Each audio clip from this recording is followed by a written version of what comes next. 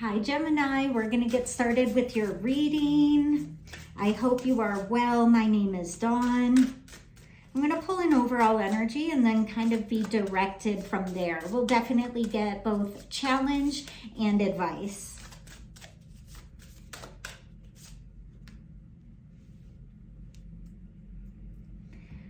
This is so weird. So I just did Taurus reading, and this was the overall energy, and you saw me shuffle them over and over, which I did in between as well. On the bottom there's gravity. All right, let's go ahead. Now if we get the same card again, that's going to be very strange. Maybe the other reading wasn't over, I'm not even sure, but let's see what happens. This is really about feeling like a combination of the Chariot and the Fool. And this is the year of the Chariot. So it is a year for everybody to be able to move forward, to get some momentum behind something that you've been planning on working on. Let's see. What else about this speed, this movement for Gemini? Gifts.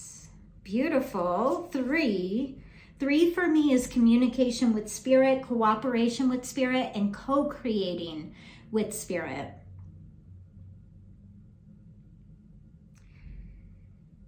This is something about gifts that are speeding up, that are coming into play, that you're noticing about yourself.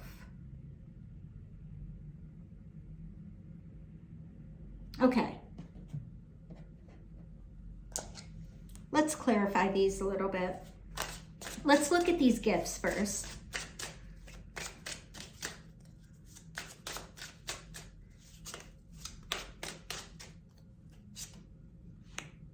The High Priestess. Okay, so this is different than the last reading. You know, this is part of why I love it so much, because the same things can come up, but the energy is different, and Spirit gives me different signs and symbols. The Ace of Cups on the bottom, my favorite card in the deck, by the way. Complete emotional fulfillment, opportunities to emotional fulfillment. The High Priestess. You're coming in as the High Priestess. This is what's coming in. You know, the High Priestess observes. She takes a step back.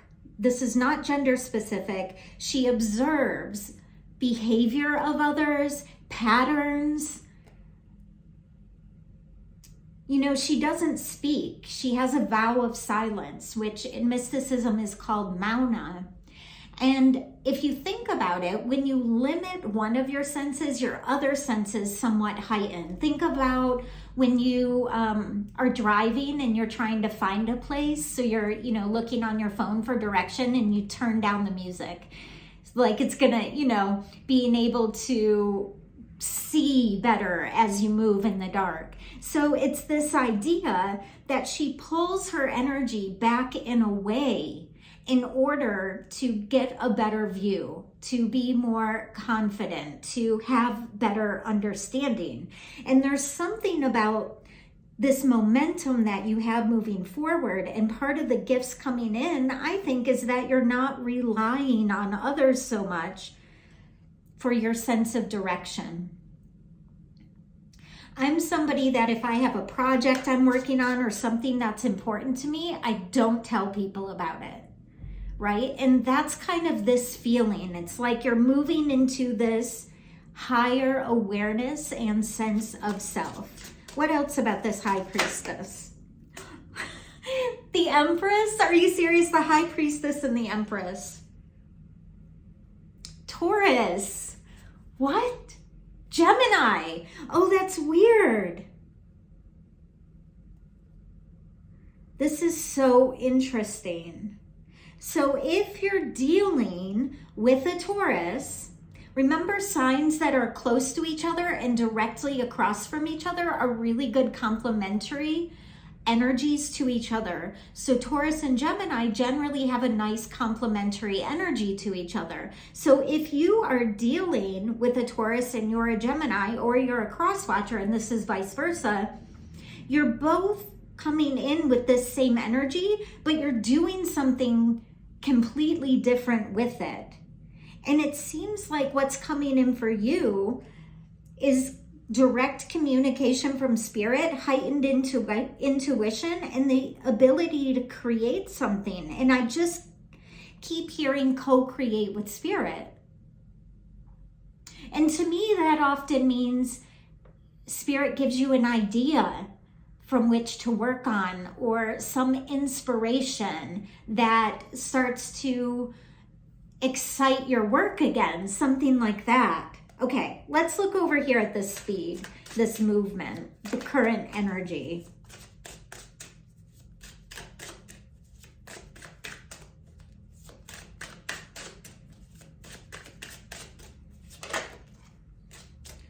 The Three of Wands. So if you're not in a planning stage, I feel like Spirit is asking you to make a plan. To make a plan before you move forward, because of how quickly some of this energy is going to move, how quickly the opportunities will arise. There's some saying, I'm not going to get it all, because when I get something that comes in, it leaves right away, and then I don't stop talking, and then I miss it. There's something about preparedness and opportunity, and that's how you move forward. So it's like you are prepared, and that opportunity is coming quickly. So to make sure that you stay with your plans, the Three of Cups, collaboration with Spirit again. Let's see if we can get anything else about that.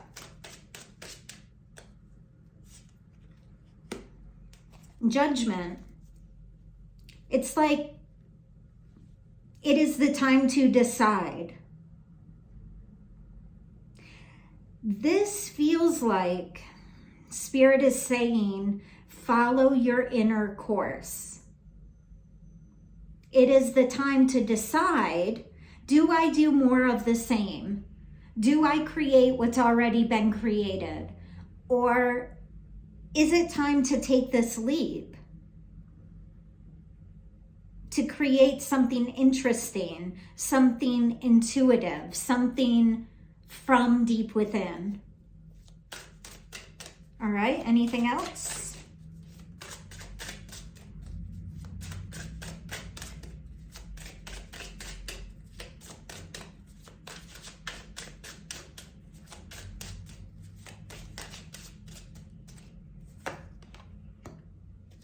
The Tower.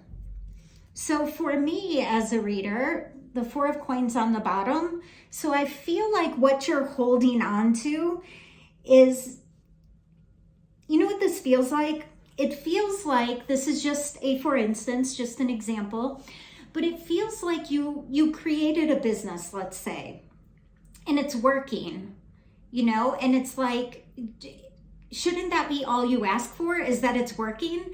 But it's like Spirit has given you this gift, this intuition, this creative drive. And now you have to make this judgment call. And it's like, do I just sit with what I have because it is working and I should be grateful for that? Or should I make this leap? Should I, you know, go from doing this job that supports all of these people to really bringing this down to just that one thing that I love? And because I love it, it could just explode and give me so much opportunity, but it's not as safe as the thing I'm already doing.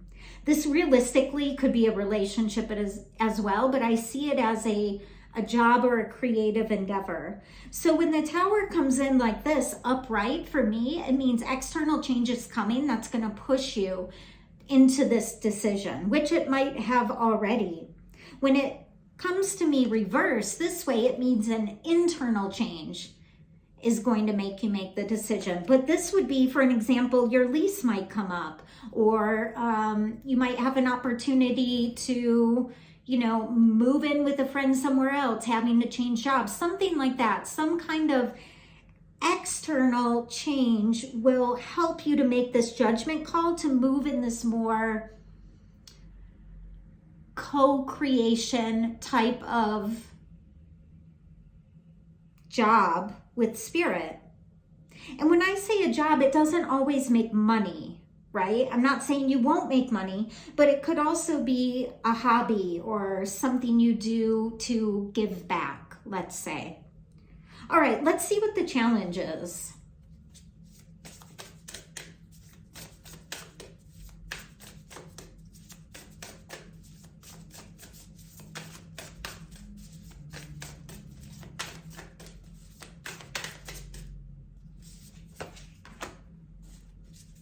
Play.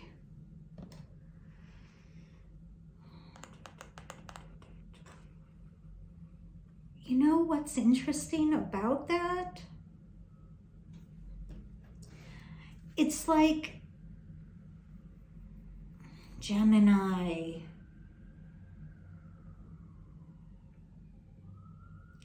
It's almost like you have some kind of belief, like if things are fun, they are not worthy.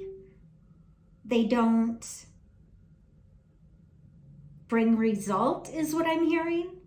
So spirit is telling you that actually, because see, look, I'm seeing you as this kind of grumpy crow down here, 11:22 on the clock. That's like, why is everybody screwing around in the water? And spirit's kind of telling you that part of the intuition, the intuitive process is things should feel good for you. And if they don't feel good, that's an indication. So maybe this tower moment that's coming or has come is just that you don't enjoy that thing anymore. The joy is gone. So what's the advice then?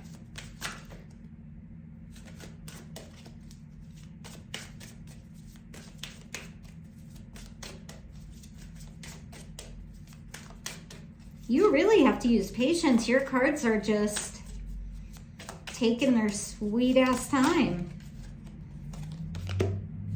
Squirrel, always prepared. This already came out for you. I just didn't take it.